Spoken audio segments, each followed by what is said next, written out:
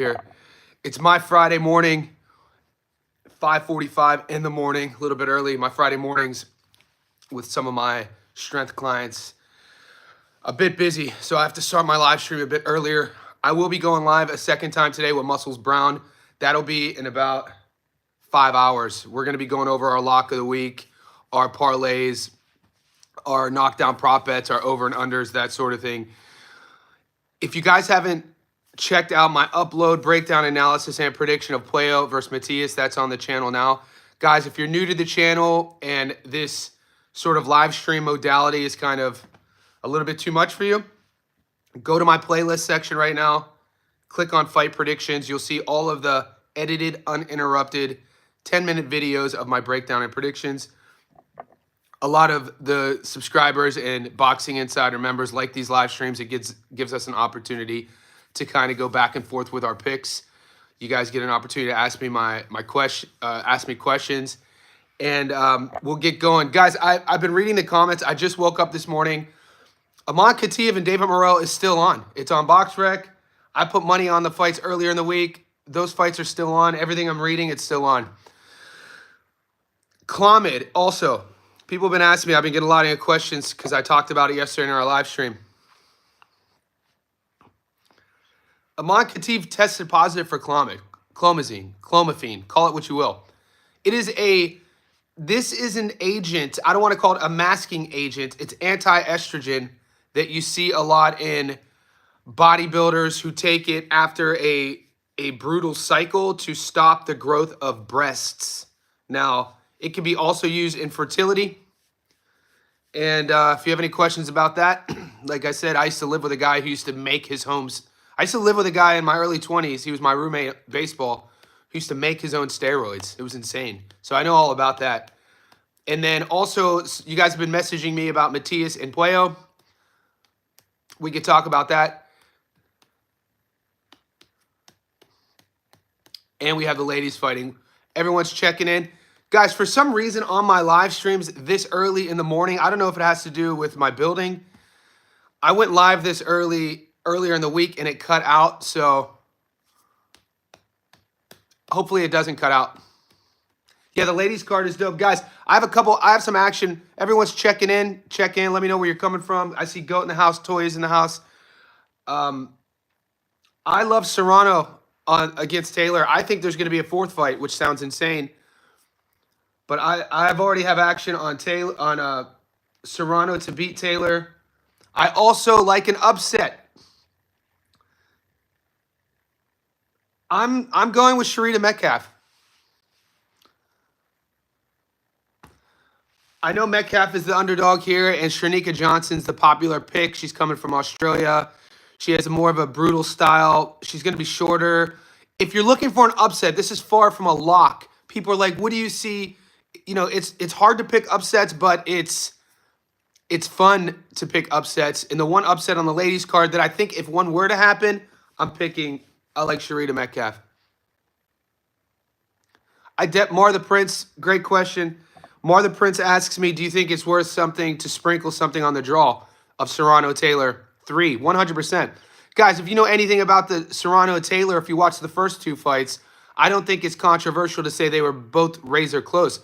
I think it's more controversial to say that Taylor won both fights rather than to say that they could have went either way.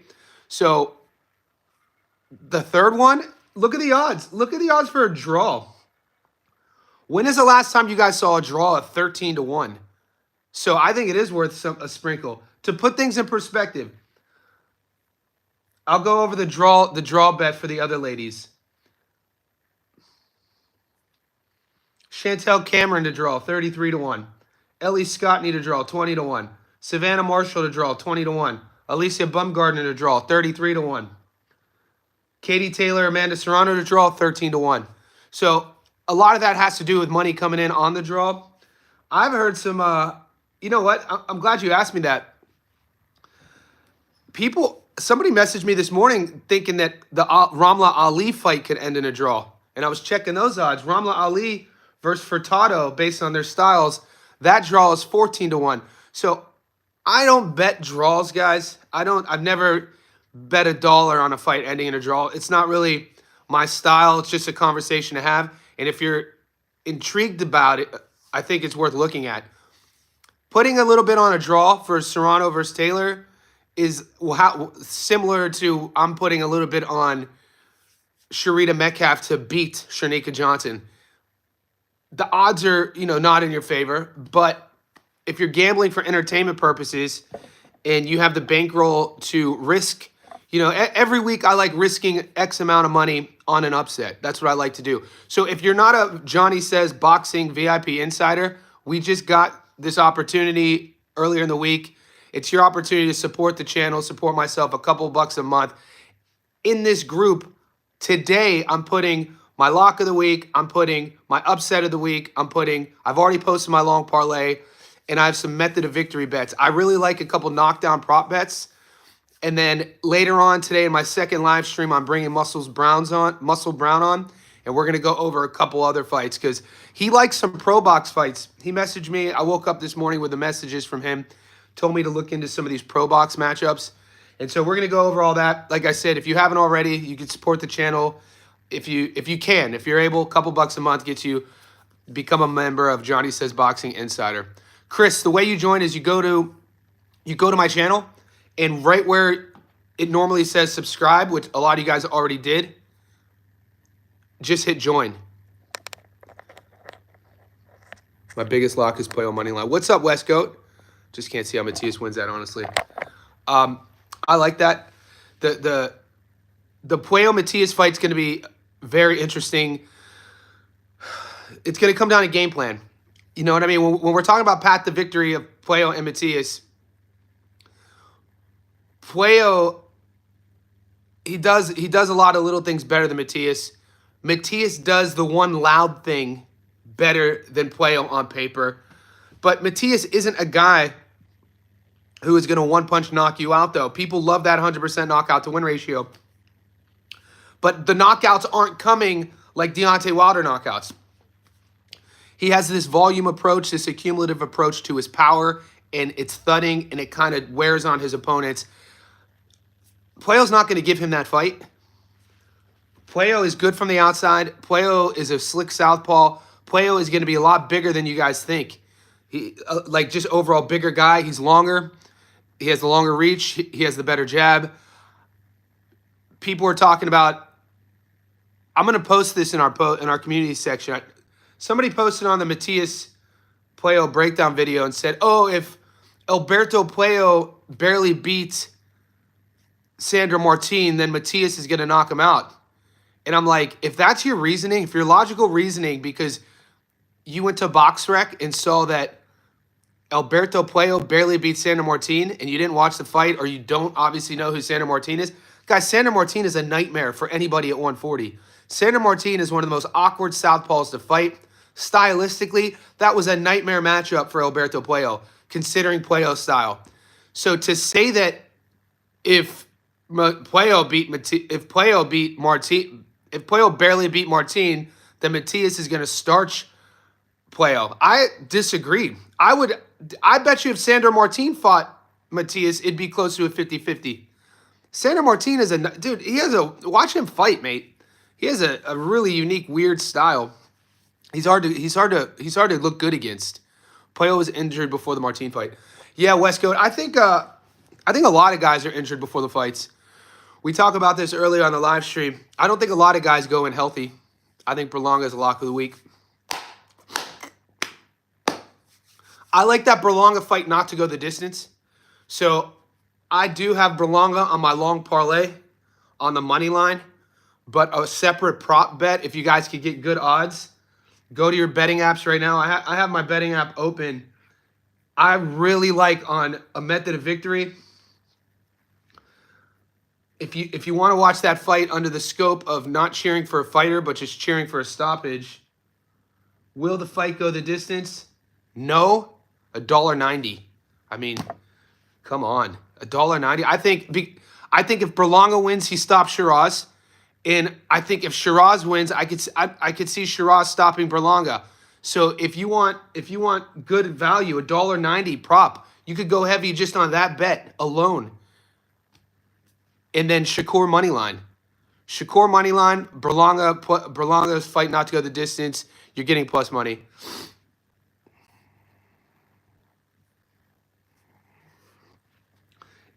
All right, and GOAT, if you want to go the other way, will the fight go the distance? $1.82. So it's really like, and if you want Shiras on points, and you want to remove the risk of Berlanga on points, will the fight go the distance? $1.82. So whichever way you cut the pie, Berlanga versus Shiras, there's a way to hedge your bet if you're going money line. You could go money line on a parlay, which I've done. And if you want to hedge the bet, I mean, you're still going to have a little risk. Will the fight go the distance? $1.82. Will the fight not go the distance? $1.90. So even those two outcomes are 50-50. And then there's a knockdown prop bet I like with the ladies. Amanda Serrano versus Katie Taylor. I took a knockdown prop. I know we haven't seen a knockdown yet in the rounds that they fought. We have seen moments where Taylor's been stunned at the end of rounds, where she's kind of been backed up. At 39 years old, I mean, I'm not going to be shocked if one of the girls hit the canvas. I know we haven't seen it yet. 0.5, if you take the prop bet, whenever fighters fight this many rounds, I think they figure each other out a bit more. So if you go to your sports bet app, Katie Taylor, Amanda Serrano, knockdown markets, total knockdowns, over 0.5. The odds are $3.40.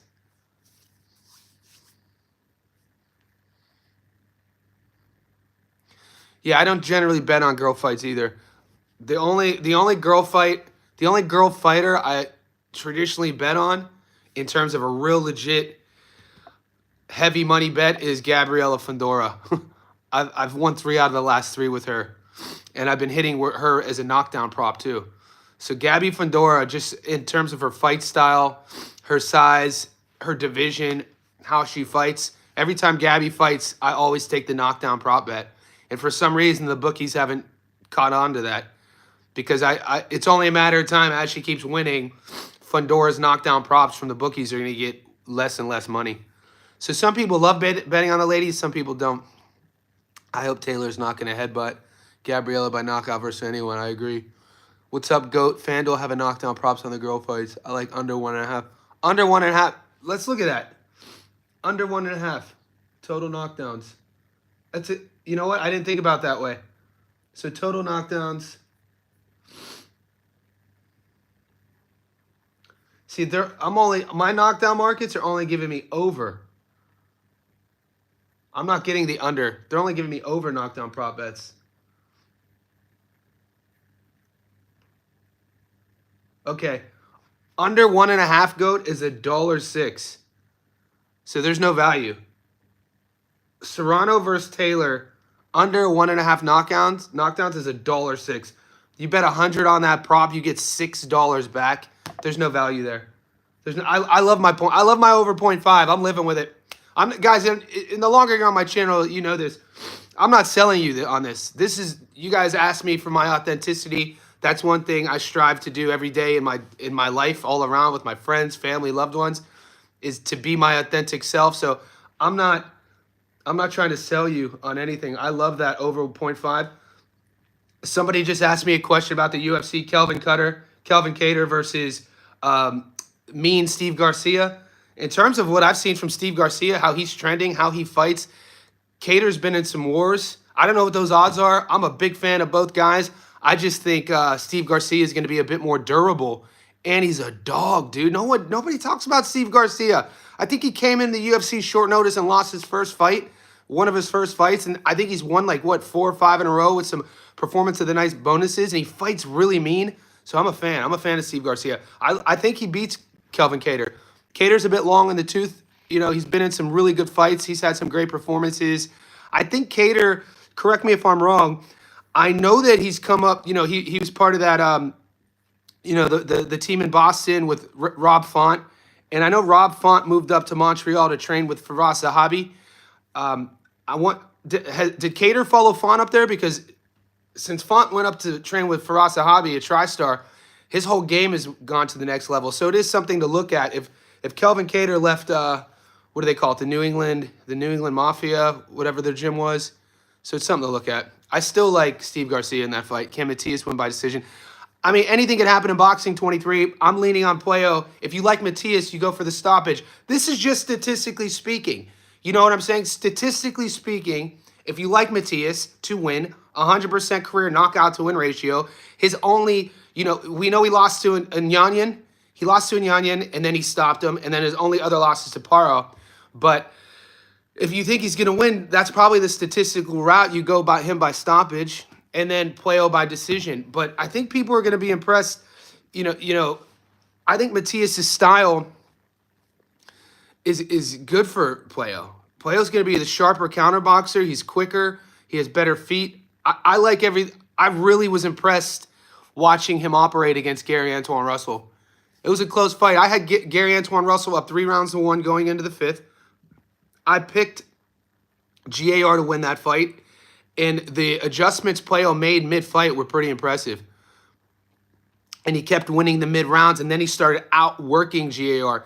My hesitation with Playo, now I'm rolling with him, is, he wins a close decision. He wins a lot of close decisions. Some guys either win these close decisions, some guys lose these close decisions. Think about, we always talk about Sandor Martin loses close decisions. Tevin Farmer, before he got knocked out, was a guy who loses close decisions. And some guys win these decisions. Now, Playo won a really close one against Akhmedov. He was supposed to fight for a world title against Rolly Romero. He popped dirty for a performance-enhancing drug. He got shelved for about a year. And then he got that opportunity to fight for the interim title against GAR. And then he got elevated, and he's defended once against Sandor Martin. And here we go. But he's a smooth operator. He could box, man. Yeah, I really... And somebody was saying, yeah, it's a tough weight cut to make 140. Matias cuts a lot of weight. After we watched the press conference yesterday, you could go to Matias' Instagram, and he put on his story. He was already cutting weight. He was drenched. So you can't just use the narrative, one guy's cutting a lot of weight. He looks drawn out. When on the other hand, Matias is a big boy too. What do you like, Serrano, split, majority, or UD? Rambler, I'm not getting too fancy with those outcomes. There's no way I'm going to ever... Guys, I will never put... It sucks we have to put our money and our betting in the hands of judges when we know fights usually will go to the decision. So I never bet majority decision, split decision, or UD. I always take... If anything, if you don't want to take the money line, because the odds are good on the money line, take method of victory, just decision, or on points. But I don't get that fancy. Milda Olo asks my thoughts on Alicia Bumgardner to win by stoppage.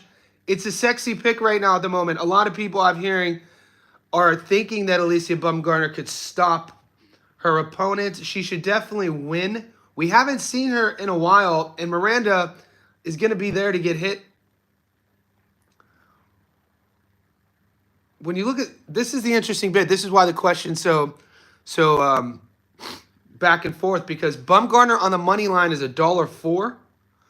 So $100 on Bumgardner to just win gets you your money back plus $4. But this is where it's interesting. Usually you never see this big a disparity between money line odds and method of victory odds. So Bumgardner on the money line, $1.04. Bumgardner on points is $1.50, but Bumgardner by stoppage is $2.90. So think of how crazy those gaps are. $1.04 money line, $1.50 by stoppage, $2.90 by decision. Now, in terms of value risk versus reward, it would be Bumgardner to stop her, to answer your question. But let's see a knockdown market. Oh, guys, I think this is a lock. Thank you for asking the question. I think I'm going to throw this in our VIP group. Alicia Bumgardner, a knockdown prop bet over 0.5 is 2-1. So I like that. I like that a lot, actually. If you guys could get over 0.5 knockdowns for Bumgardner, it's $2. It's $2. So I like that. Good question. I'm going to post that in our group. I'm going to post the knockdown prop bets. I saw one of you guys asked about Kativ and Morell. Do you want to ask that again? I can see Boyle doing enough to win, and then they rob him. I can't. I don't think he's going to get robbed in New York. Yeah, Bumgardner stoppage.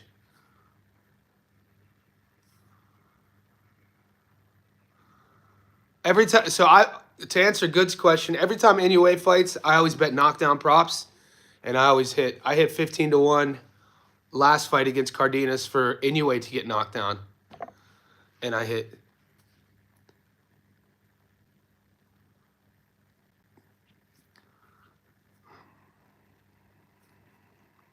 But no. What did I miss? What's up, Willy Wonka?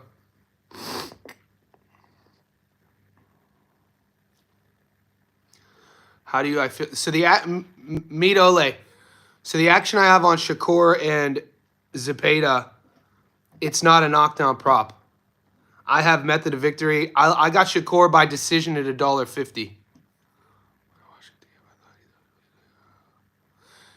The only GK, let's talk a little bit about Kativ. What Kativ does really, so the only GK is asking about Kativ versus Morell. When you're looking at Kativ, his highlight tape, his highlights are going to look really good. He keeps his head on the midline. You call it really tight. I call it really stiff here. It's because he throws everything. When you throw everything into everything, you fade because your energy system. You can't be flexed the entire time and sitting on everything, right? So we saw this against Derval Palacio. Palacio was there to get hit, got dropped early. Amon Kativ does what he always does, thinks he's going to get him out of there. Palacio is a tough Argentinian veteran, overcomes the storm, and it went to a decision the first time Kativ got stretched out to a decision. And by the later rounds, Palacio was hitting him clean. Kativ was just standing there with his guard down, chin up, no footwork. He looks really basic. I expect Morell to kind of highlight on him. Obviously, Kativ is going to be dangerous in the early rounds, but so is Morell. I think I could see Morell, as that fight goes on and on, maybe not stopping him clean, but maybe a corner throwing a towel at Kativ because his head's going to be there to get hit. He drops his guard. He does a lot of things defensively, not very good.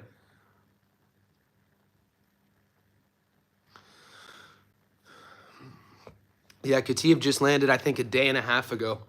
Or maybe yesterday. We posted that. Even if he wasn't jet lagged, I think this is easy money for Morell. And to put a bookend on Ola's question about the knockdown prop with Zepeda and Shakur. Once again, guys, when we're thinking about knockdown prop bets, will there be a knockdown or like method of victory? Will the fight come to an end early? Will it go to a decision? What we have to do is use our logical reasoning first based on our knowledge of the game, our knowledge of the fighters, our knowledge of how these fighters fight. And then secondary, you could use your intuitive approach. Maybe some people are just lucky at picking things. I'm friends with a couple of those guys. You go golfing with the dude and he's always winning, or that one friend who puts his name in a raffle, the dude always wins. And you're like, what? Some guys are just lucky. I don't like betting on luck. So when you're looking at Zepeda and Shakur, statistically, I mean, these guys don't get stopped. They don't have losses. They don't get knocked down. I mean, Zepeda did get dropped against Tevin Farmer. I take that back. He did get clipped against Tevin Farmer. So it is a general question. But for me personally, with all that aside, and Shakur has great timing and great speed, I like Shakur by decision as my method of victory. Call that a prop bet if you want. Not really. I mean, if you dissect the money line bet, who will win money line, and then everything from there is a prop, method of victory, over-unders. So you could call it that. I like Shakur by decision, $1.50. I think Shakur by decision at $1.50 would be a safer bet than a knockdown. I got into a debate yesterday too online. And I brought this up yesterday on my live stream. It's so bizarre to me that there's this narrative going around in the boxing world that Shakur is a back foot fighter, that Shakur is a runner. All you have to do is watch his tape to see that Shakur fights on his front foot. It's so great. Shakur's a front foot fighter. The issue is that fans remember the one fight. Fans remember how he fought against Edwin. How did he fight against Edwin? Right? We know he used the whole ring. He won that fight, meaning that if you look at it like a boxing career, like the NCAA tournament, you lose and you're done, or you win and you move forward. Shakur, sometimes fighters have these fights where things aren't going their way. Maybe they're injured. Maybe it's a bad matchup. Maybe their opponent does one thing really well and they don't want to risk it. So they make decisions to win and move on. Shakur won and moved on. But Shakur is a front foot fighter. At 26, he was a world champion at 26 by using his punching power. He was a champion at 30. The fight he had against Valdez, him stopping Jamel Herring. Herring was coming off a huge victory in the UK before he fought Shakur. So Herring kind of was having this renaissance, this moment late in his career, and Shakur stopped him. I think he was a 6-1 favorite. He was supposed to win that fight. Don't get it twisted, but him stopping him the way he did. I think the issue has been moving up to 35. Sometimes power doesn't carry. Starting at 26, 30, 35. That's why I don't think there is any sort of relevance with Shakur moving to 40. I think 140, even though it's only 5 pounds, the guys are bigger. They're bigger punchers at 40. I think Shakur's just fine at 35. But don't sit there and bet and say and repeat this fake narrative that Shakur is a runner. It's not even how he fights. Look at his fight. It's not even how he fights. Oscar Valdez isn't a very weak Oscar Valdez. What are we just recreating narratives? What are you guys talking about? Oscar Valdez is a world-class fighter. Are you guys just making up narratives?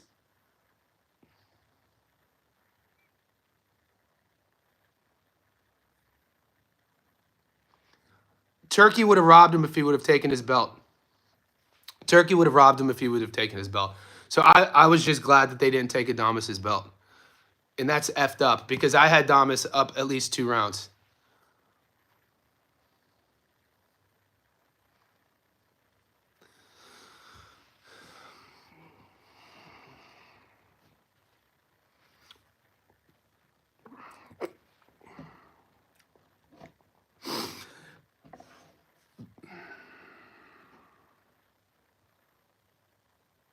Yeah, good does drop some controversial takes. Jimmy Lewis, who you taking on Serrano? What's up, Jimmy? I like Amanda to beat Katie, and I also have an upset. I'm taking Sharita Metcalf on the side bet to beat Sugar Neeks. I wouldn't say Zepeda beat the shit out of Farmer for 24 rounds. I think those 24 rounds were pretty competitive, and who got dropped and who didn't. So you add in a 10-8 round here and there. Zepeda didn't beat the shit out of Farmer. Those were competitive. I had Zepeda winning both fights. But once again, guys, even if you're fans of one guy, that's also another false narrative. Zepeda didn't beat the shit out of Farmer. Those were really high competitive fights. That's why they fought twice. A lot of those rounds were close. It depends on who Shakur's fighting. That's my point. I don't think it depends on how Shakur... I'm talking about a fighter's style. I'm not talking about what a fighter looks like. Sometimes fighters make different decisions. There's certain guys who are counterboxers. There's certain guys who are sluggers. There's boxer punchers. There's guys who fight on their front foot. There's guys who like fighting against the ropes. Shakur's a front foot fighter. Yeah, it's gotten casual up in here, go. I'm just talking about it. I know, but go. We're getting close to fight night, baby. We get close to fight night. People get a bit nervous. But total knockdowns. Alicia Bumgardner. I think Ola, if you're still on the chat, mate. Over 0.5 knockdowns might be my new lock of the week. Alicia Bumgardner's fight versus Jennifer Miranda. Over 0.5 knockdowns. 2-1 money. Let's go, dude. I'm going to post that in our VIP group. Guys, if you're not a member of Johnny Says Boxing Insider, do it now. Right where you've subscribed to my channel. Right next to it, you can hit join. It's a couple bucks a month. You get VIP access to the lock of the week, prop bets, upset of the week, and I'm going to start doing personalized content as well. Basically, if you guys want me to feature certain fights that I don't usually feature, we're going to do that as well.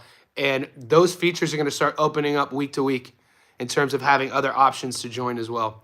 So any support helps. If you guys haven't already liked this video, also remember to subscribe. Zepeda plus 700. Take the bet. Take the bet. I just think Zepeda's lack of one punch power, Zepeda's sort of unorthodox volume style. He doesn't, dig his heels in when he punches. He doesn't sit on anything. I think all of that is tailor-made for Shakur. Guys, I think Shakur Stevenson is really, really, really good. I do.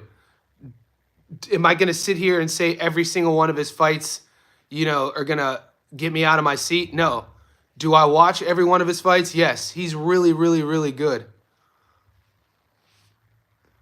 There's so many things in boxing, and this is no shade on anybody. There's so many things in boxing in a world-class match that if you've never fought, never sparred, never had one-on-one coaching with a boxing coach, never been punched before, never had to set up a punch, never thrown a jab before, never learned about range and distance, never learned about cutting off the ring, never learned what a feint is, never learned how to set a trap up. There's all these things that Shakur does that is so that you don't see a lot. You don't see a lot. You don't see a lot from world champions. There's a lot of world champions who become world champions because they've taken what they do really well and they use it.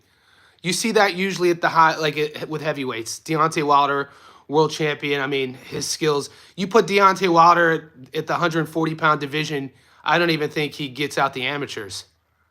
That's not supposed to be, no feet, no setups. But because his backhand was so iconic that he just could punch holes in brick walls, there at the heavyweight division, all it takes is one. You could get away with these things.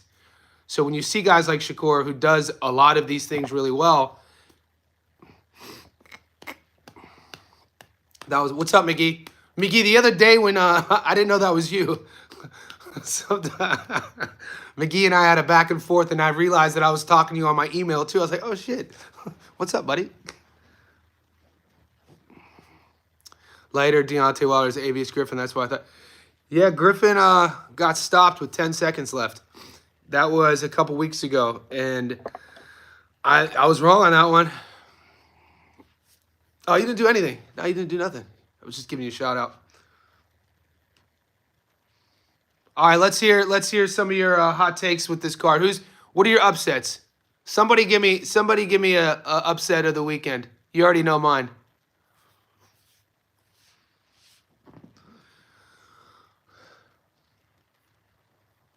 I like Sharita Metcalf as an underdog to beat Shanika Johnson. Who do you guys like as an upset? Guys or girls?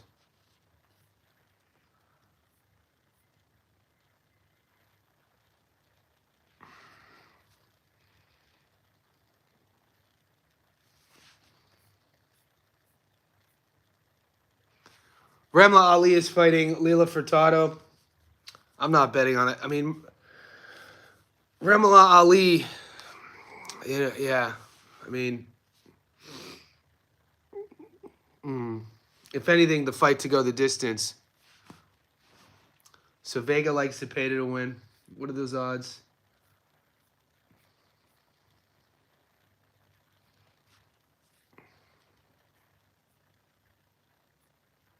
Well, Puello Matias really wouldn't be an upset because that's a 50-50 fight on paper. Zepeda is a 7-1 dog. Zepeda would definitely be an upset. And then if Berlanga wins, he's the underdog. I still think that should be a 50-50 fight. Did you guys watch the press conference? Berlanga was throwing lingerie at Oscar, and then he made it rain with the money. Hilarious. Berlanga Taylor. Okay, Taylor on paper is actually an underdog too. Okay, so there you go. I mean, Taylor's at $2.50 now. It's weird. All the money, based on the betting trends all fight week, It's all the bettors are thinking that there's going to be a fourth fight. Could you imagine a fourth or even a fifth fight? The Wig, Miranda.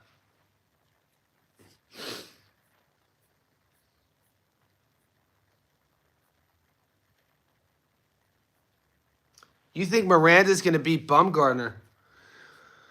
Wow. Shadesha Green versus Marshall.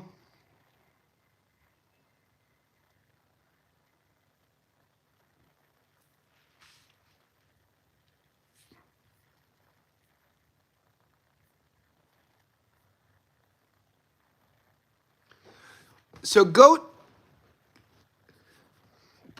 guys, I woke up. So Muscle Brown messaged me just now. He was asking me about this Pro Box matchup. Senbatar Erdinabat versus Humberto Galindo. I said, if I can't pronounce a name, I'm not betting on it.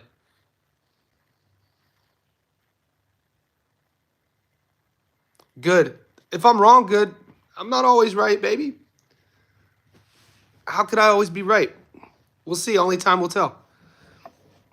I use my reasoning. We'll see if I'm wrong. It's all good, mate. We need people like good. What's the one? Francisco Daniel Veron over Vlad Hernandez. Let's see. This is veteran versus.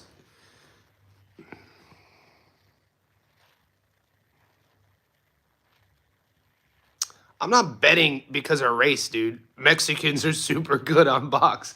I think you should replace Mexicans with humans. I'm not going to bet a guy or bet against a guy because they're either Mexican or not. What are we talking about here, mate? It's all love. The fights are going to be good. Dude, this is one of those fight weeks. I said this at the beginning of the week, guys, that this is one of those fight weeks that it's going to be stressful. My internet's about to drop. 6:30. Guys, if this stream cuts out, I'm going to be going live again later on today. For some reason, this time of the day, my internet gets kind of weird on live streams. So if you guys see this freeze, let me know. So Erdenbot, I'm not betting on that Erdenbot fight.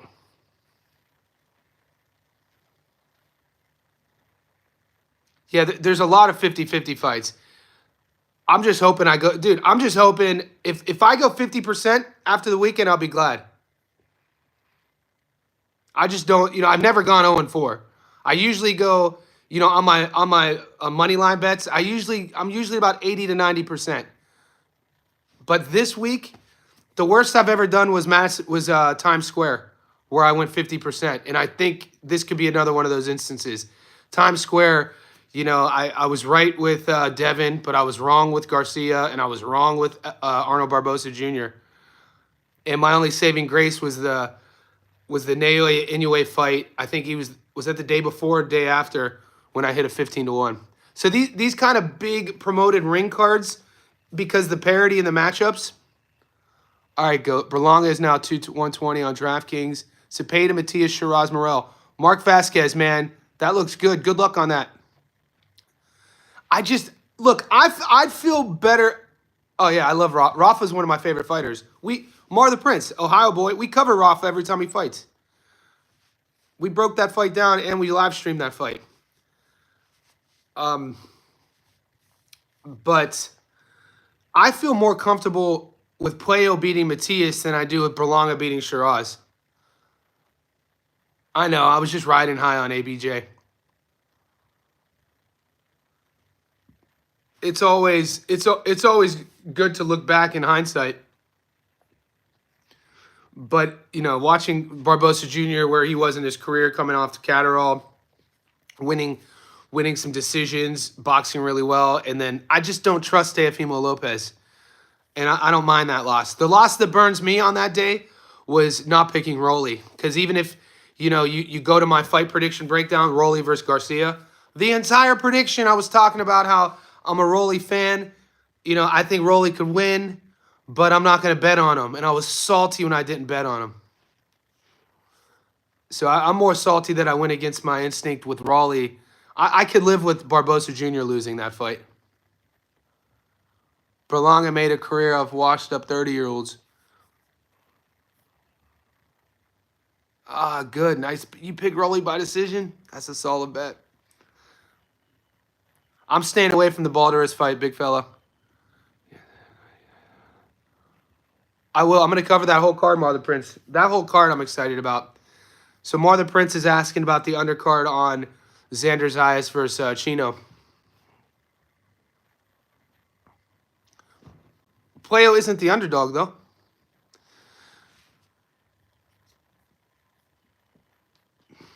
And I don't care if I don't care about a fighter being a fan favorite. These odds have been even money all week. I don't think they're gonna rob Puello. I don't think so. Damn, $3 parlays to win 300.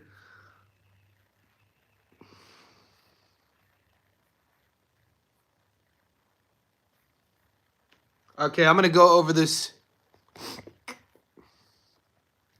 What did you just say about Shiraz? I missed that comment. Is somebody defending? Yeah, I think the logical reasoning against Berlanga and Shiraz is all emotional regarding who each one fought, rather than regarding the facts of the matter. Is, guys, Hamza Shiraz. The whole narrative about Shiraz was that he was going to be undisputed at 160 pounds. That was the entire narrative. He was the guy at 160. He was supposed to fight Janibek Elimhanaleh. He ducked him. Nobody talks about that. I don't know if it's because the Americans don't know who Hamza Shiraz is, or the big content creators on YouTube from America don't cover all the fights.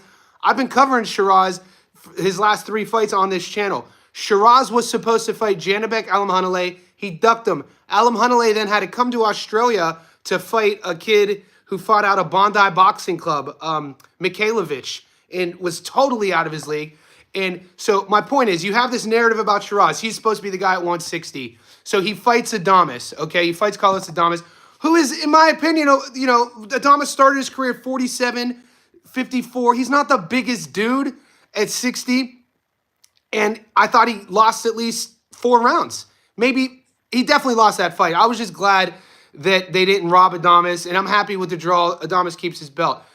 Shiraz was never supposed to move up to 68. After Shiraz beat Ammo, his handlers were talking about Shiraz was the next big thing, talking about Ammo like he was Errol Spence Jr. Ammo Williams is a small 160. Ammo Williams should be at 54. Ammo Williams is an athlete, not really a boxer. I like Ammo. I watch when he fights. I talked about it on my breakdown. I think Ammo lost to Patrice Volney. I think Ammo's kind of a B level. I don't think he's world class. To pitch and sell a guy around an Ammo Williams victory and talk about he's going to be undisputed at 60, and then all of a sudden, after the Adames fight, he moves up to 68. What happened to all this, I'm going to be a champion at 60? So, I don't know. I think that Hamza Shiraz is going to get stopped against Berlanga. I think he's going to get stopped. And I like Dubois to beat Usyk. Yeah, I do. I do like Dubois to beat Usyk. That's not even supposed to be controversial. I told this yesterday. Go to Usyk's Instagram. Watch Usyk for the last few months. He looks like he just got old to me. I think that Dubois at 20... Dubois 6'5", 6'6". His last 3 fights since that loss, all 3 stoppages, banging dudes out. Younger. Usyk yesterday was on his Instagram with his shirt peeled, and he just looks older. I'm taking Dubois over Usyk. Yeah, it's on my long parlay, but I told you this a month ago. I told you this a month ago.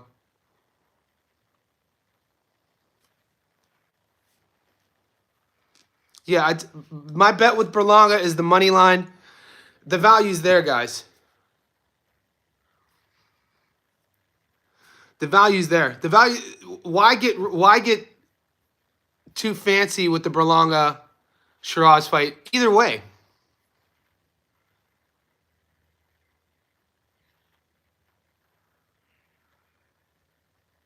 It looks...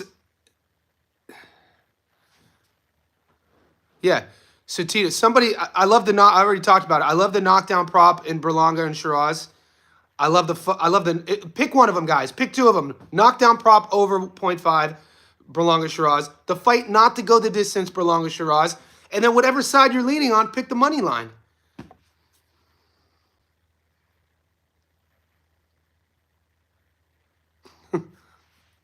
But you know what I'm saying? There's good value either way. I'm not trying to convince people to pick against Shiras, but you ask me, and I have to give you my reasoning. I'm not picking Berlanga because I'm a fan of Berlanga. I'm not picking any fighter because I'm a fan. I'm a fan of the sport. I'm looking at the styles. I don't trust Shiras. I don't trust Shiras' durability. I don't trust Shiras' psychology. I don't like his body language. What I do like of Shiras, the argument for Shiras to beat Berlanga is this. He's taller. He has a better jab. He fights at range better. I think he's smarter. I think his fight IQ is a little bit better. And if he wants to win a points decision, he fights Edgar on the outside, uses his jab. But I don't think he's going to do that. Because the one thing about Shiras, my hat goes off to him, he's a brave fighter. He likes to fight close. He likes to fight in the pocket. And I think that's going to be his undoing. With Berlanga, he's just going to have to answer the jab. He's going to have to get past the jab. And, you know, the victory lap after a loss against Canelo is one thing, but you'd have to ask yourself, how does Shiras do against Canelo? I don't think Shiras holds up against Canelo. I don't see, I think he's leaky in his guard, especially in the clinch. He keeps his chin high. And this is just my reasoning and how I break down the fight. It's really hard for me to see Hamza Shiras come to New York and beat Berlanga as well. So, yeah, that's another 50-50 fight. Iman Kativ I think he's going to get outclassed. I think Morell is going to take what he learned from Benavidez. I think Morell, even before the Benavidez fight, washes Kativ. Kativ is he's going to be extremely durable. He's never lost. He has a good right hand. He just is so tight, stiff. He gasses, he fades. Just watch his last fight against Derval Palacio. I brought this up earlier. I think Derval Palacio was winning. He won later rounds. He was teeing off on Kativ. I featured that fight on this channel. I broke that fight down. We live streamed it. It was from Australia. Kativ lives in Sydney. Pacheco destroys Macumbi.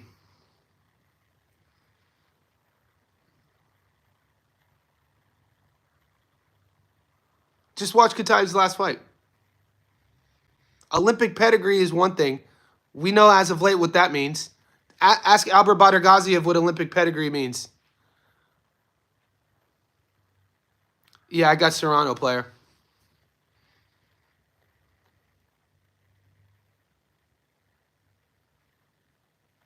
Diego Pacheco.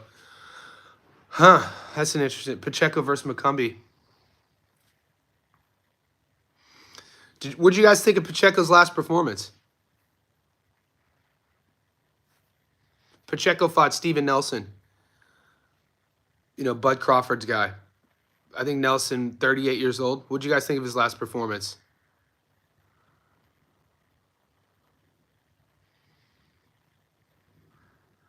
You did? He looked good early. I felt like if that fight was going to go 12 rounds, I mean, Pacheco lost those late rounds. Rewatch that fight. He looked good early. My point is, Nelson really didn't turn it up until the last few rounds, and Pacheco started to come unraveled. I had Pacheco winning as well, but rewatch that fight. Pacheco's young too, guys. Pacheco's real young. He's developing. I really like Diego Pacheco. I like the work that Benavidez does up there in Washington. I had a teenage prospect on my show, Joseph Brown.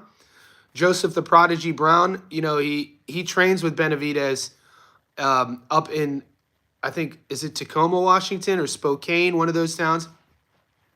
And everything I heard from him is that Pacheco is just, you know, a workhorse for how young he is. He's ultra addicted to the game. I have everything positive to say about Diego. But he's young. He's young. And Macumbi could crack. We know that. Now, granted, the Macumbi stoppage loss to Caleb. Caleb didn't look too great against... It might just be a case that Caleb got old overnight against Resendez. But I'm not saying Macumbi beats Diego by no means. I'm just saying slow your roll a bit. Let me rewatch some tape. I don't even know if that's a 10 or 12 rounder. I have to see. I have to look at some things, but Diego still has a long way to go in terms of polishing some things up. Yeah, it's a fun fight, right? I'm definitely, like I said, no way, shape, or form saying McCumbie's gonna beat Diego, but I'm not too quick to jump and say it's a lock for Diego to beat McCumbie either. It's a step up. This is yeah. I love how they're taking Diego's career because he's already at a level where he's so close, so young that the next step up is probably what, a title eliminator or a title. So yeah, I mean, after McCumbie, who's next? Diego's a dog. He's a joy to watch.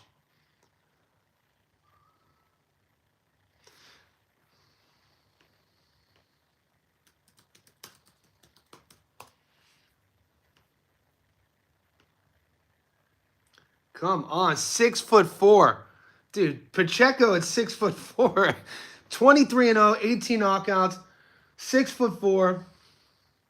He's 24 years old now. What's his best win? You know, he got he learned a lot against Steven Nelson, so it was a 12-rounder. I thought that Steven Nelson fight was a 10-rounder.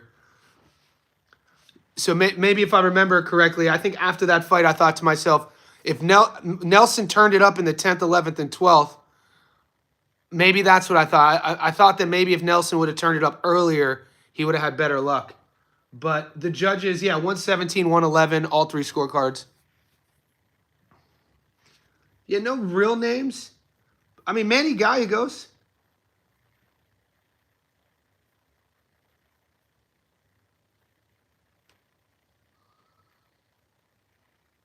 He stopped Manuel Gallegos, and Gallegos stopped, Gallegos stopped Co, and then Co got stopped. It's a decent win.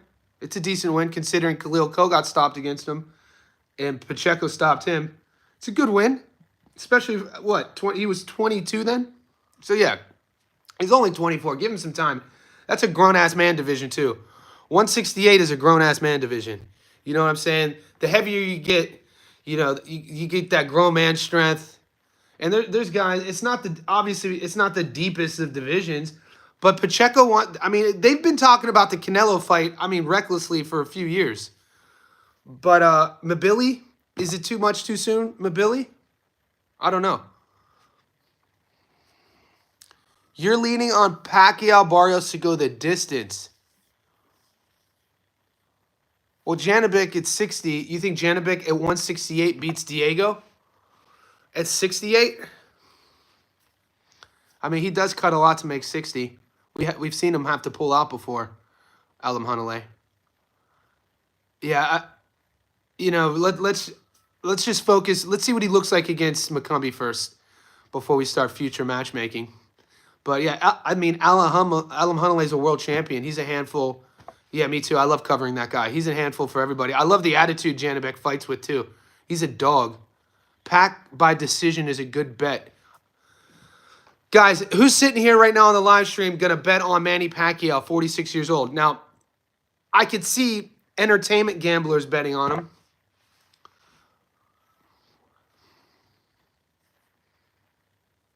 I'm not betting on that fight.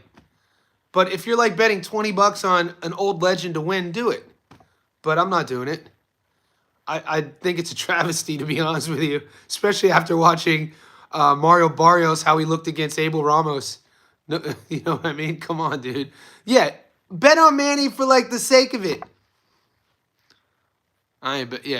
But there's a lot of guys on my channel who are like career bettors who make a living. To think that I would even throw 100 bucks on that fight, let alone 1,000, is insane.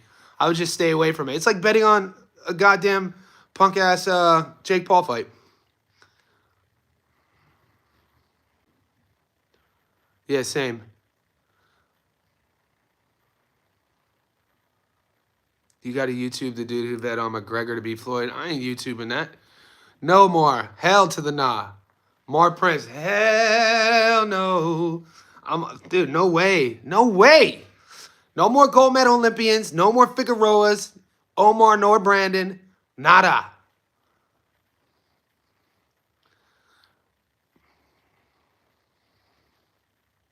Of course, McGee.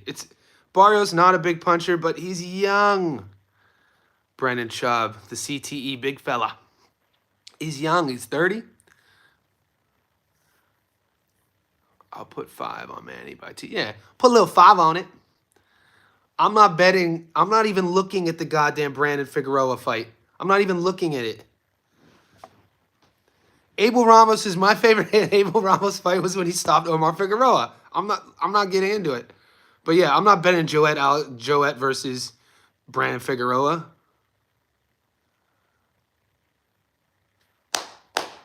Good. Good. Cheese. Cheese. I know. I agree with you. Pacquiao picked Bar. It's insane that Pacquiao is fighting for a world title, guys. It's insane that Pacquiao is fighting for a world title. Oh my God. Talk about our sport. Fuck, dude. It's insane.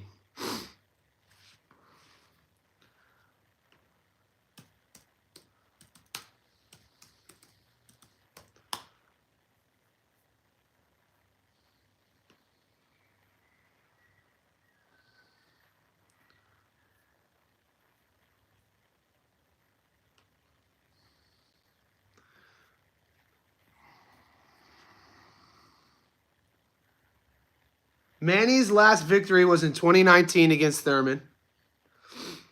Do we forget that he lost to Ugas? Oh my God. I forgot Manny fought Broner. Oh my God.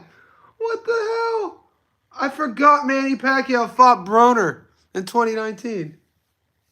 That's insane.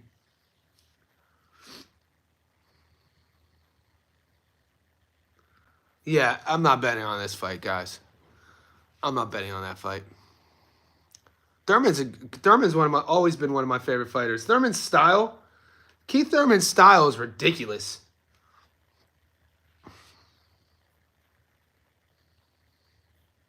No, Ugas is a good fighter.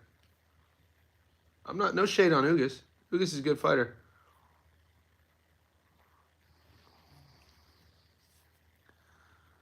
Yes, Tito Express. Tito Express.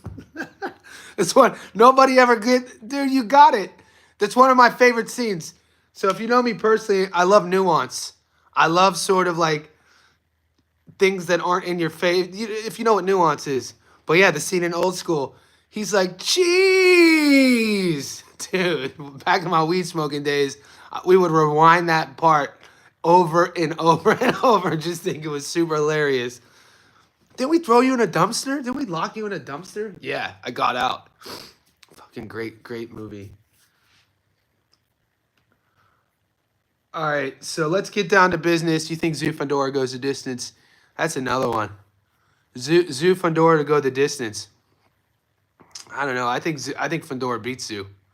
Manny looks slow. Manny's 46. Guys, Manny's 46. Betting on Manny Pacquiao is insane.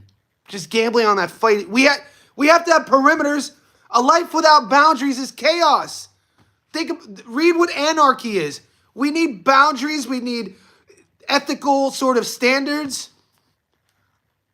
Betting on Manny Pacquiao is insane to me. Just with not saying that, nothing to do with the matchup, but the idea that he's fighting at 46 is just insane to me. Yeah, but just betting on the fight. I'm not betting on the fight. People are going to be so salty how that fight is going to, oh my God, what did we expect? People want to see, like, boxing fans are romantics. Boxing fan, dude, to even think you guys were, the Mike Tyson fight, that is a travesty of our sport. Just based on sheer principle, how do you bet on those fights? And if Barrios stops him, Pacquiao's handlers should go to prison. That's another thing. No, everybody's like really getting excited about Barrios versus Pacquiao, but go to your internet, search 2 weeks ago when Brian Norman Jr. said what he said about Pacquiao, and Brian Norman Jr. got attacked online. It's like these guys are world champions in a blood sport. He's a champion at 47. Norman Jr. said that he would knock out Pacquiao cold, and he got all this hate. But where's the hate out for Barrios? Where's the hate out for Barrios fighting Pacquiao? So it's like, it's insane. Yeah, if Barrios knocks out Pacquiao, people need to get arrested. I'm just saying, just even put him in that situation. Guys, any 60-year-old guys look good on the pads, by the way. A retired world champion at 60 can hit the heavy bag and look good. A retired champion when they're 70 hitting the pad, it's when the lights come on. It's when the ring is there. It's when you start seeing that they have no legs. They have no durability. They have no punch resistance. They have no reaction time. They have no resistance. Did we forget about, the Marquez knockout? That was like, these things happen in boxing. I don't want to see that. I don't want to see Manny fight. I don't want to see a 46-year-old Manny Pacquiao fight. I'm sorry. I just don't think it's good for the sport. Rama Ali decision. I'm not betting on her. She can't break anything. Chantel, I mean, it's worth a bet. It's worth a bet, but don't bet too much on that parlay guy.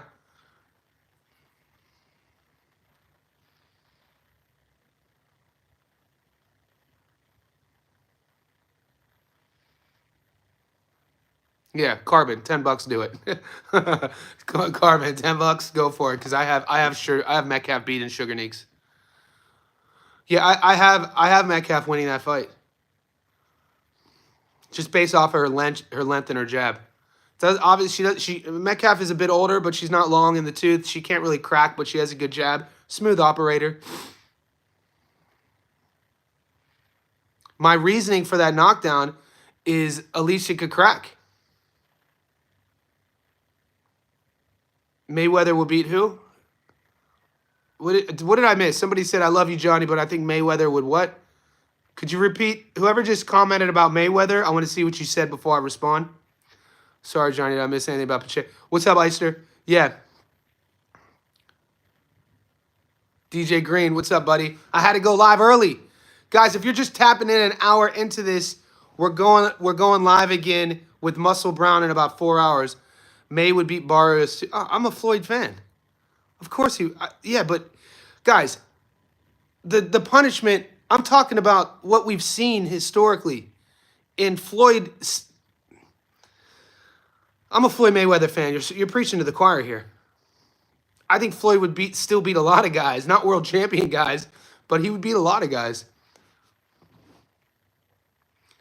Eister, we did break down Pacheco Macumbi. My opinion on Pacheco Macumbi was, I'm not going to sit here and say Macumbi beats Pacheco, but Pacheco's at 24. He still has a lot of developing to do.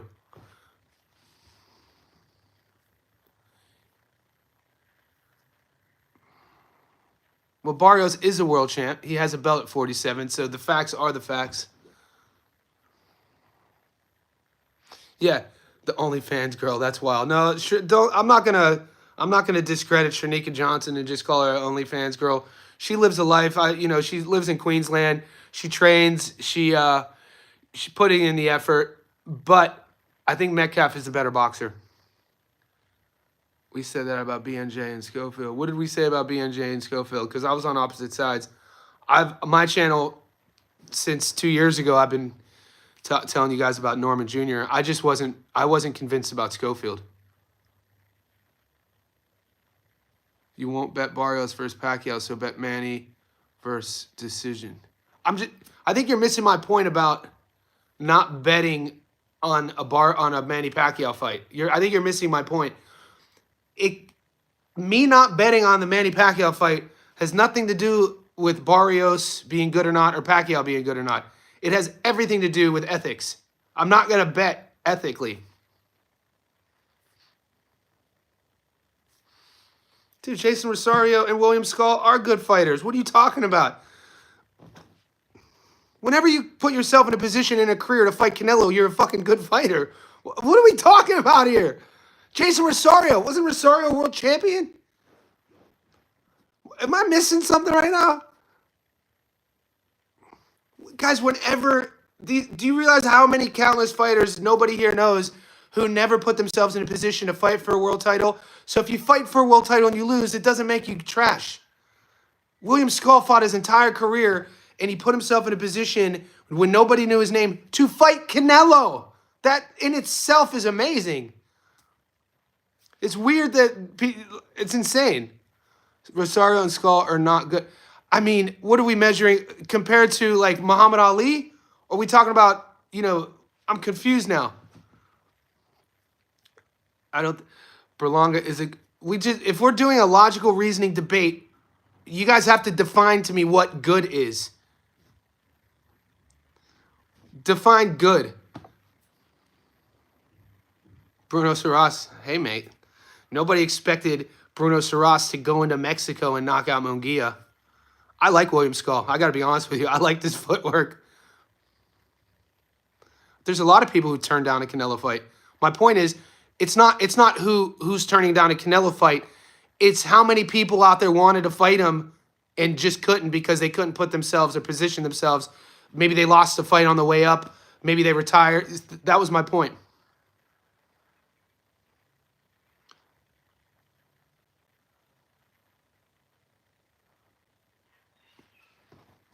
Do you know? Think about how many old heads are putting their hand up to fight right now for a bag.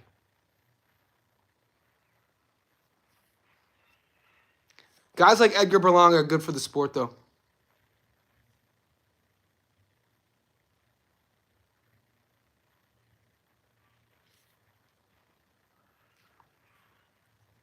Boxing has always had guys like Berlanga. I like guys like Berlanga, to be honest with you. I like contrarians. I like guys who kind of mix it up and do things sort of outlandish. I like the way Berlanga operates outside of the ring more than Teo operates outside the ring. You know what I'm saying? Like, if I'm gonna have a villain or archetype, I'm gonna do it how Berlanga does it. I don't like how Teo does it. Teo does it like a kid who hasn't taken his medicine, who like hasn't really, I feel bad for Teofimo Lopez, how athletic, how talented, how much skill he has. He needs to get it right up top. I love Raleigh. Raleigh's one of my favorite. This is why I love Raleigh Romero. I just feel Teo's whole persona is forced. I feel like he's not happy. Yeah, skill set wise, agree. At least with Berlanga, you're getting a guy who's doing victory. You're getting a guy who's doing victory parades after a loss. Come on.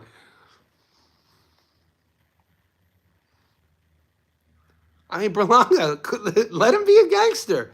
Who cares? That's what I mean. Teo seems like a sweetie. He's like a sweet kid. Stop acting this certain way.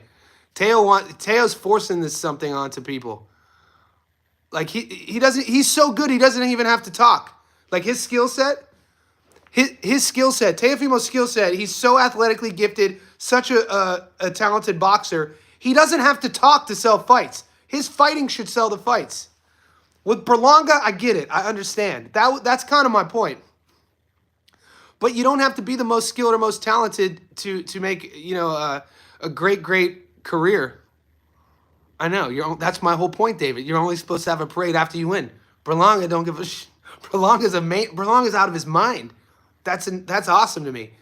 You would never see Teofimo Lopez have a parade after a loss or Ryan Garcia because they would be so emotionally disconnected. So like, do you see what I'm trying to say here? Berlanga's is much more authentic. Berlanga is who he is. He's not. I don't think that any of that is a facade. With Teo, I think that like he probably doesn't have a lot of deep-rooted friendships in his life. He probably doesn't have a lot of deep connections in his life. He probably doesn't have a circle of influence to hold him down or hold him accountable. And the leadership coming from up top. It's not shocking to say that his dad, does some controversial things. Seeing the footage when they were younger of his dad getting checked at the ring by Keyshawn when Keyshawn was like 20 for his dad dropping an N-bomb. Like, what are you doing, dude? And then like the hate about what's Teo supposed to do? I think Teo was a teenager when that happened.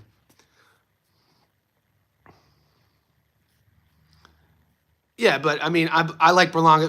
I like Berlanga's character way more than Teofimo's character. The idea, dude. Call me old fashioned. Call me old fashioned. But having a parade when you lose is freaking hilarious. It's insane. I initially was hating on him for it, but then I came around and was like, dude, this dude. They were throwing candy out the car. Fat Joe was in that piece, freestyling, rapping, lying. All them cats were like, what are we doing? Like, dude, Berlanga is out of his mind, dude. Yeah, fresh. Yeah. Berlanga's out. It's fucking pull up the footage. Pull up the footage and see what was happening. It was hilarious. Did they do 2 parades? Because somebody messaged me yesterday when we were talking about this that said he did a parade in Puerto Rico and he did a parade in New York. I was like, oh, I only saw 1 parade.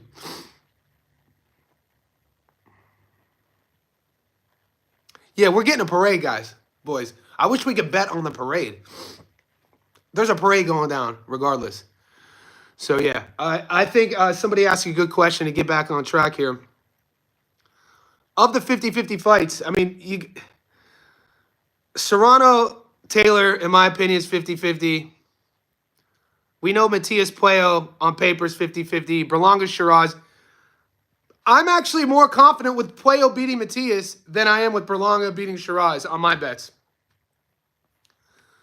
That's where I stand right now, guys. A couple nights from fight night is I already have money on these picks, so I'm more comfortable with Puello beating Matias on my picks than I am with Berlanga. But in terms of path to victory, I'm living with the Berlanga pick. If Shiraz fights smart, I think Shiraz has an easy path to victory. He could just stay on the outside, use his jab, use his reach, use his length. Berlanga is going to have to make it dirty. Berlanga is going to have to get past the jab. But that's how Berlanga fights. He's going to have to take one to give one. He's going to break the body down. I just haven't seen the grittiness and the willingness to kind of overcome adversity from Shiraz. I did not like his body language against Adames. And maybe that's just who he is. Maybe some guys, what did Teddy Atlas say about Mike Tyson? He said that Teddy Atlas said some controversial shit. And, he says a lot of wild shit. But Atlas said that in his eyes, and we know about their history, but I think there's some validation overall about certain fighters what Teddy Atlas said. He said that Mike Tyson was 0-5. He said that Mike Tyson, his whole boxing career, he was 0-5 because he said every fight in which he was supposed to win, in which he was the hammer, he won. But every time in a fight in his pro career, and you could look at the fights where he had to be the nail, in which he had either been down and he had to come back from the dead and he had to overcome a deficit, he never won. He lost those fights. So he said, and people were shocked at the time, he said that Tyson is not a guy that he would have his son cheer for. He's a quitter. We've seen him quit on the stool. People get salty when I say it. I did a video that got taken down on YouTube before how I said that Tyson was a quitter. And, all people remember is his devastating knockouts, the executioner. When Tyson would have a fight when I was a kid, it was an event. It was an execution. It was a public display of executions. My point is not every guy has it in them to come back from the dead within a fight. And I'm not comparing Shiraz to Tyson because I think Tyson's obviously a legend. Tyson, the shit that Atlas was saying, there's some truth to it, but it was obviously personal. We know their history goes back when he was coaching them. But Shiraz, if you take that and put any truth to it, I don't see Shiraz being that guy. Berlanga threw a parade for himself after a loss. That tells you a lot.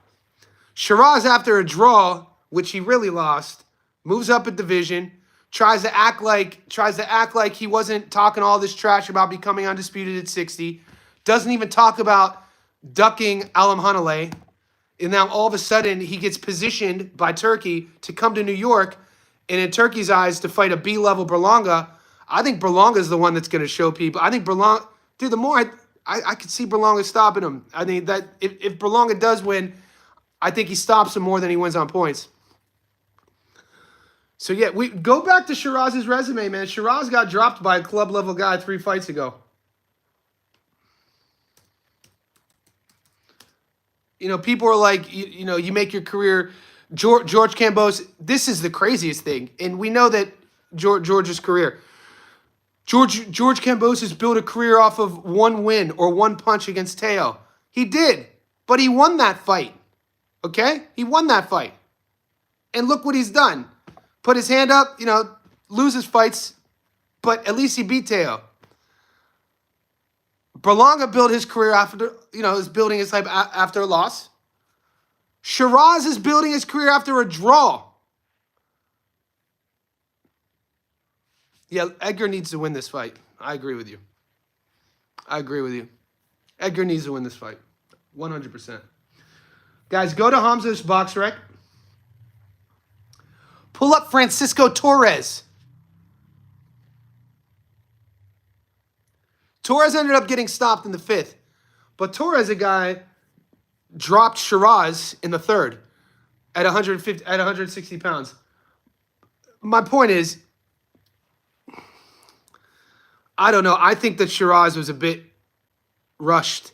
I think that Shiraz should have had another fight even before Adames and a fight after Adames at 60. You know what I mean? I think that his handlers were really confident in him being able to just whitewash Adames. They thought that Shiraz, I think that his handlers think and thought that Shiraz is a guy who he's not. They thought he was going to go and just whitewash Adames.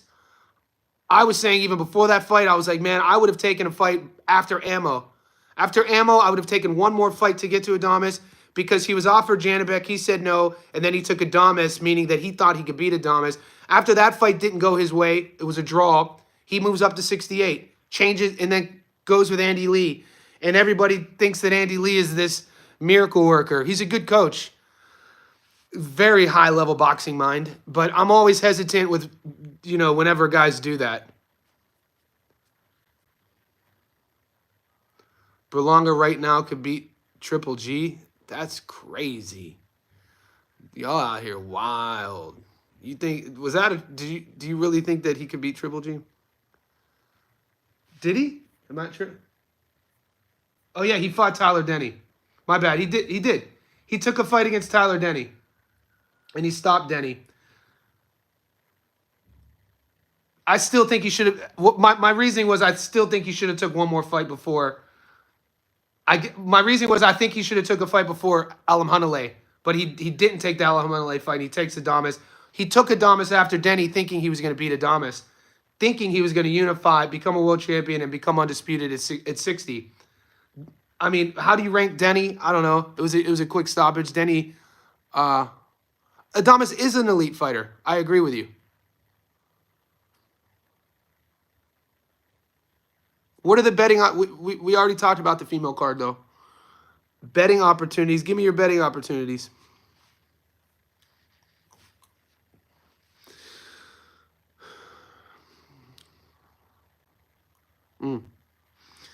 The girl bets I like, we already talked about it. Yeah, he is. He's not elite, I know. Gary from 3D Boxing was trying to sell me on Tyler Denny. I'm like, come on, mate. And the Brits, watching the Brits break these fights down are hilarious. Aaron McKenna's a dog. I think Aaron McKenna stops Shiraz. People still don't know about Aaron McKenna. Aaron McKenna is the dude who just beat Beefy. Aaron McKenna, I got on the phone with Bomac off of my Facebook. We're Facebook friends. And before the Aaron McKenna fight, I asked him about him. I was like, McKenna goes over to the States. McKenna, no one talks about. McKenna's a dog. I think McKenna is one of the best prospects contenders now coming out of the UK.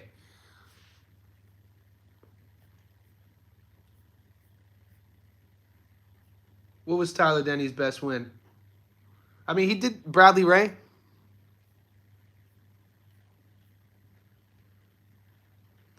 Yeah, we'll see. We'll see. But McKenna's pressure, mate. McKenna's willingness to go. McKenna has an energy about him, how he fights. Okay. McKenna versus Shiras. The thing that I don't like about Shiras is exactly what I like about McKenna, and it has nothing to do with any physicality or any attribute. It's the spirit that they fight with. McKenna has this thing he fights with that you can't measure, you can't teach. Some fighters have it, some fighters don't have it. McKenna, you could see that he fights with a certain energy, and he's still developing. His last performance, 7 o'clock. Guys, it's 7 a.m. here. I'm going to be going live with Muscle Brown in about 5 hours. Stay tuned to the channel. I've already uploaded Puello versus Matias, my breakdown under fight predictions. Guys, if you haven't already subscribed, do it now. This live stream is going between 50 and 70. We're at 25 likes. Could you like this video? Also, if you want to become a Johnny Says Boxing Insider, get up-to-date lock of the weeks, long parlays, upsets. I'm putting that in the new group. It's a new group that just started this week. If you could afford it, it's a couple bucks a month. It helps me grow the channel, helps me out as well. I put a lot of time and energy into this. If you go to my page, it says subscribe, which you probably already have done. Right next to it, it says join. If you're able, do that, and I really appreciate it. I broke down the Kativ fight. I broke down all these fights. Stay tuned, guys. We're going to be live in a couple hours with Muscle Brown to go about our parlays specifically, fight by fight, money line by money line, method of victory. He has some fights he wants to talk about. I'm going to be giving him the mic for a while, so don't miss that one. I'm putting it up on our channel right now, the reminder. So hit the bell notification button. DJ,